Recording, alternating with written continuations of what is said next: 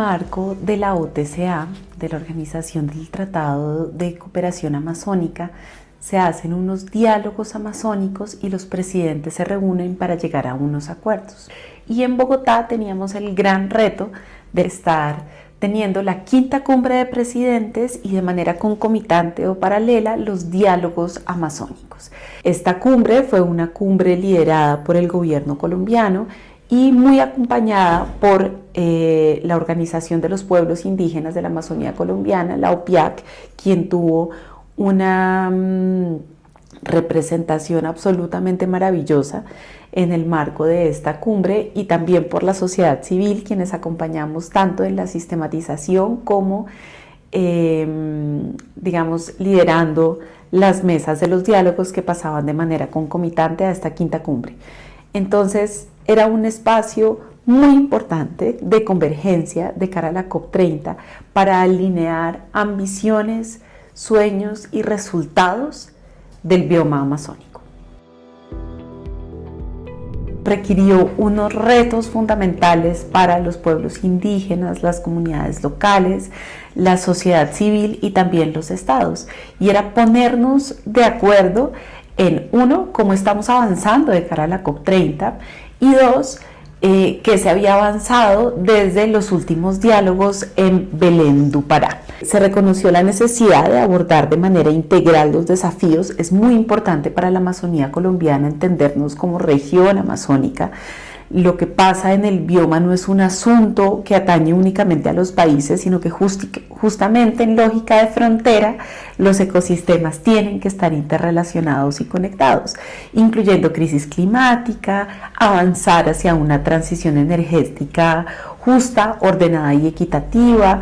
Hay temas evidentes del aumento de la desigualdad, de la pobreza, del hambre, contaminación, pérdida acelerada de biodiversidad, delitos transfronterizos, minería, uso de mercurio, vulnerabilidad socioambiental, temas relacionados con una sola salud y, evidente, lo que nos congregaba, la urgencia de tomar acciones de protección, conservación y manejo sostenible para la Amazonía.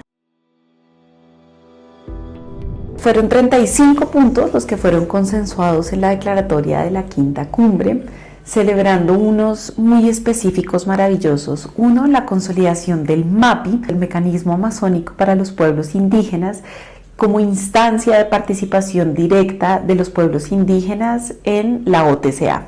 También celebramos la transición energética justa, quedó como uno de los compromisos, pero quedó la necesidad de reconocer y potenciar la transición energética justa, equitativa y diferenciada para cada uno de los países. Frente a minería, se alentó por parte de la OTCA a que se siga conversando sobre los aspectos relacionados con el mercurio.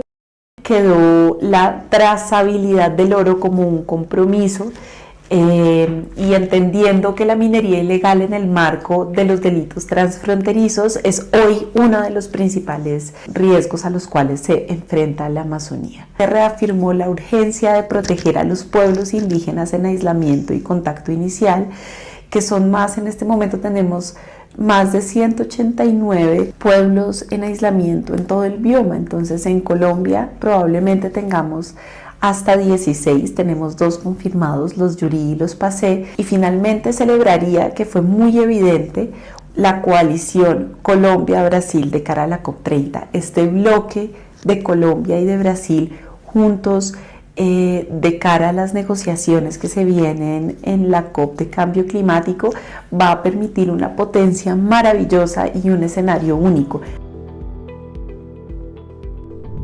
Nos quedó faltando el mecanismo del OTCA social, que es el mecanismo de participación por parte de la sociedad civil de manera directa en la OTCA.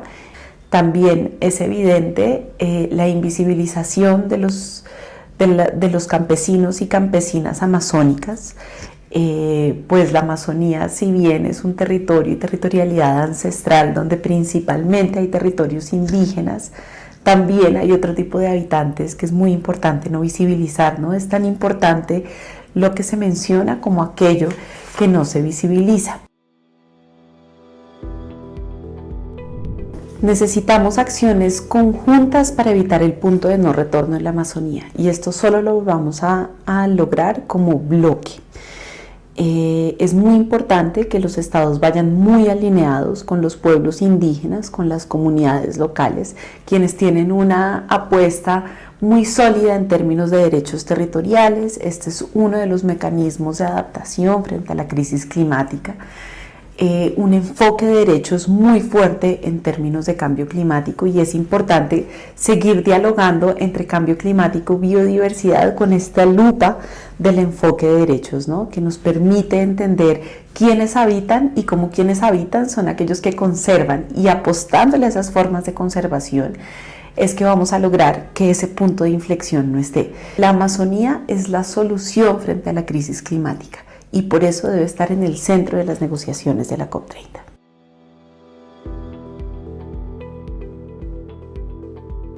Acá es muy importante que todo el bloque de políticas y de tratados internacionales se encamine conjuntamente. Recordar la opinión consultiva 32 de la Corte Interamericana, donde se reconoce la crisis climática justamente como un derecho que tiene que ser visto de manera también independiente y no siempre en concomitancia, digamos, con otros derechos.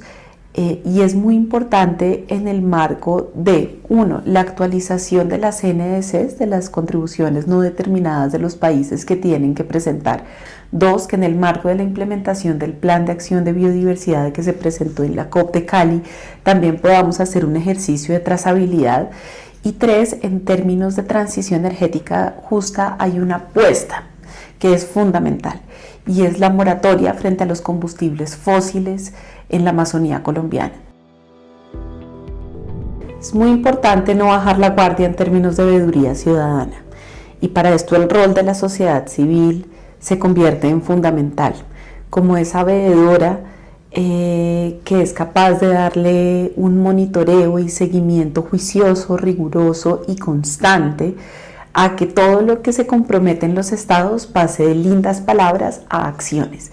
Necesitamos menos discurso y más acciones, porque el tiempo se nos está acabando.